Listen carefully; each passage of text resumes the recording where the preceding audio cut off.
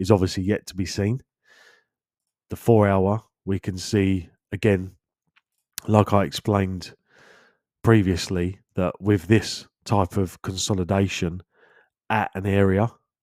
with this impulse correction, it's likely to follow through and not just reach the area and turn around immediately. So that has also played out, which is nice, because this leg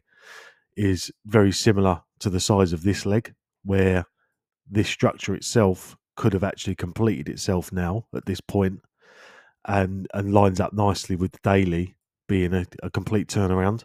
and it could break back in, and then we get a similar structure here like we did here, and then we start to see that sell off. What I'm also keeping an eye on, as you know, I talk about a lot coming into the end of the week, is the weekly close. Now, if it closes like this, or more, so there's less of a wick,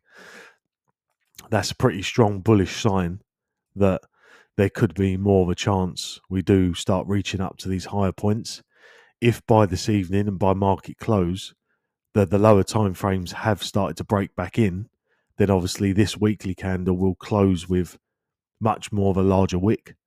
which will put it on the weaker side, which could then mean next week we do see that follow through to the downside. So I'll be monitoring, like I say a lot, the weekly going into the end of the week to see what that looks like, because if the daily ends up, back down here, suddenly the weekly doesn't look as strong anymore. So I'll be keeping a close eye on what the DXY is doing, not so much through today, but what it's looking like going into market close this evening, to give me a good idea as to where some of these dollar pairs might be positioned going into next week. So we're still sat at that critical point where this could be part of trapping people for the longs, and then we get that break back in, and then before we know it, we're selling back off again. So open to both directions, but I'm just going to be keeping an eye on this through tonight, especially with the weekly close, to see what we're looking like. So it's all still good on the DXY front. EURCAD, so similar to yesterday, we've obviously got this channel that broke the high on the left. This area here